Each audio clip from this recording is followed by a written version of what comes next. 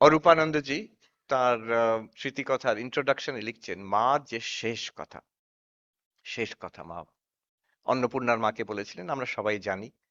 মা বলছেন, ভয় কি মা, ঠাকুর তুই তো ঠাকুরকে দেখেছো, তোমার ভয় কি? তবে একটা কথা বলি। মা নিজে বলছেন সেটা, তুমি ঠাকুরকে দেখেছো, তোমার মুক্তি হয়ে যাবে, এটা উনি নির্ভয় দিলেন। তারপরে আবার উনি জুড়ে দিচ্ছেন, তখন ক্ষীণ কণ্ঠ, শরীর যায়, 5 দিন পরে শরীর যাবে তার, মহাসমাধির 5 দিন আগে। অন্নপূর্ণার মাকে বলছেন, তবে একটা কথা বলি, যেটা উনি বলেছেন, যদি শান্তি চাও মা, আহ, কারুর দোষ দেখো না, দোষ দেখবে নিজের। তারপরে বলছেন, জগৎকে আপনার করে নিতে শেখো, কেউ পর নয় মা, জগৎ তোমার। এটা এত গভীর কথা, এখানে চূড়ান্ত অদ্বৈত বেদান্তের শেষ কথা ওখানে, আম, ওখানে ওর মধ্যে ঢোকানো আছে, যে আমাদের উদ্দেশ্য কি, জগৎটাকে আপনার করে নেওয়ার শেখা।